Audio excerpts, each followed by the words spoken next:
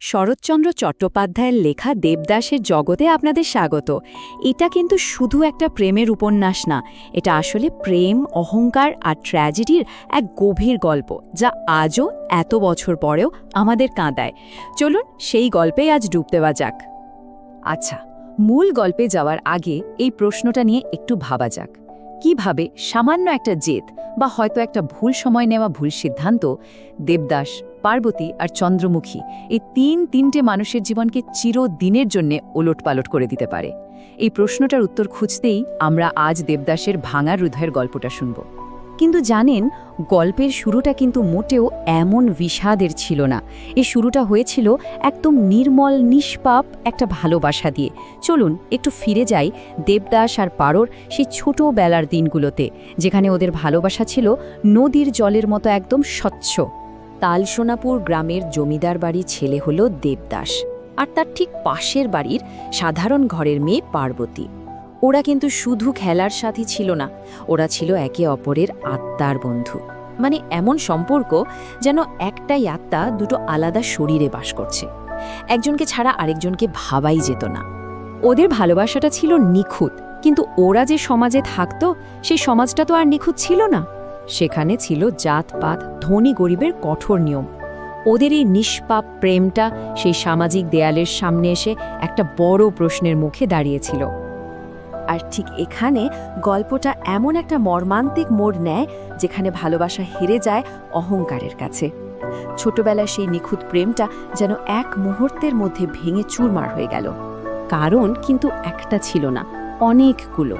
একদিকে দুই পরিবারের স্ট্যাটাসের বিশাল ফারাক, অন্যদিকে দেবদাসের জমিদার পরিবারের বংশমর্যাদার প্রচণ্ড অহংকার। তবে সবচেয়ে বড় কারণ ছিল বোধহয় দেবদাসের নিজের দ্বিধা, মানে সঠিক সময়ে সিদ্ধান্ত নিতে না পারা। আর এই সব কিছুর আগুনে ঘি ঢালল কলকাতা থেকে লেখা দেবদাসের সেই একটা চিঠি। জাস্ট একবার ভাবুন, ভালোবাসার মানুষটাকে দেবদাস ঠিক এই কথাগুলোই লিখেছিল। অহংকারের কালিতে লেখা এই লাইনগুলো শুধু দুটো হৃদয়কে আলাদা করেনি, বরং তিনটে জীবনের করুণ পরিণতি লিখে দিয়েছিল। বলা যায় এটাই ছিল তাদের সম্পর্কের কফিনে শেষ পেরেক। চিঠিটা পেয়ে পারোর ভেতরটা তো একদম ভেঙে চুরমার হয়ে গেল, কিন্তু তার ভেতরের আত্মসম্মান বোধটাও ঠিক তখনই জেগে উঠল। দেবদাসের অহংকারের জবাবে সে এমন একটা সিদ্ধান্ত নিল যা তার সারা জীবনের কান্নার কারণ হয়ে দাঁড়ালো। এরপর যা হলো, দেবদাস আর পার্বতীর জীবনটা দুটো আলাদা নদীর মতো দুই দিকে বইতে শুরু করলো। দুটো পথেই যন্ত্রণা ছিল, কিন্তু সেই যন্ত্রণার প্রকাশ ছিল একেবারেই আলাদা। একদিকে দেবদাস কলকাতায় গিয়ে মদের নেশায় আর চন্দ্রমুখীর আশ্রয়ে নিজেকে তিলে তিলে শেষ করে দিচ্ছিল, আর অন্যদিকে পারোর বিয়ে হয়ে গেল এক বয়স্ক ধনী জমিদারের সাথে। সে বিশাল জমিদার বাড়ির আদর্শ গৃহিণী হয়ে উঠল বটে, কিন্তু তার ভেতরের মানুষটা মরে গেল। একজন যন্ত্রণা প্রকাশ করল, আরেকজন তা লুকিয়ে ফেলল। আর দেবদাসের এই ধ্বংসের পথেই তার জীবনে এলো আর একজন মানুষ, চন্দ্রমুখী। পেশায় একজন বাইজি হলেও তার মনটা ছিল ভালোবাসায় ভরা। এই ভাঙা, দিশেহারা দেবদাসের শেষ আশ্রয় হয়ে উঠেছিল সেই। এবার আমরা গল্পের সবচেয়ে আকর্ষণীয় একটা দিকে নজর দেব। দেবদাসের জীবনে ভালোবাসা কিন্তু দুই রূপে এসেছিল, একদিকে পার্বতী, অন্যদিকে চন্দ্রমুখী। আর এই দুই ভালোবাসা ছিল একদমই আলাদা। একটা ছিল অধিকারের, অন্যটা ত্যাগের। একটা ছিল স্মৃতির, অন্যটা ছিল সেবার।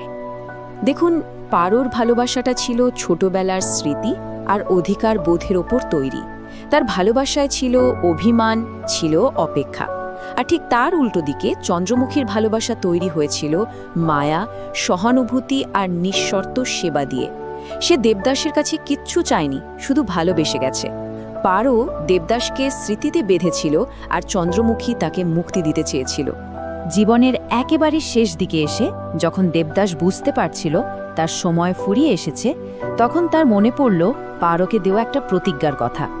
আর সেই শেষ প্রতিজ্ঞা রাখতেই সে শুরু করল তার জীবনের শেষ যাত্রাটা। দেবদাস কথা দিয়েছিল মৃত্যুর আগে পারোর সাথে সে একবার দেখা করবেই। তাই ভাঙা শরীর, তীব্র যন্ত্রণা সবকিছুকে উপেক্ষা করে সে ট্রেনে চেপে বসল।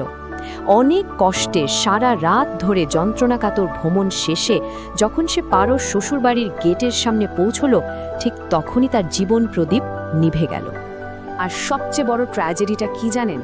পারো কিন্তু খবরটা পেয়েছিল, সে জানতে পেরেছিল দেবদাস এসেছে, তার দোরগোড়াতে মরে পড়ে আছে। সে পাগলের মতো ছুটে যেতে চেয়েছিল, কিন্তু জমিদার বাড়ির কঠিন নিয়ম, সামাজিক প্রথার বেড়াজাল তাকে আটকে দিল। ভালোবাসার মানুষটা দোরগোড়ায় এসে মরে রইল, কিন্তু শেষ দেখাটুকুও হলো না। তো এই গল্পটা শোনার পর আমাদের মনে একটাই প্রশ্ন থেকে যায়, এই যে এত কিছু হলো, দেবদাস, পারো আর চন্দ্রমুখীর এই ভয়ঙ্কর পরিণতির জন্য আসলে দায়ীটা কে? দেবদাসের অহংকার, সমাজের কঠোর নিয়মকানুন, নাকি স্রেফ নিয়তি? এই প্রশ্নের উত্তর হয়তো এক একজনের কাছে এক এক রকম। আর এখানেই বোধহয় এই উপন্যাসের সার্থকতা।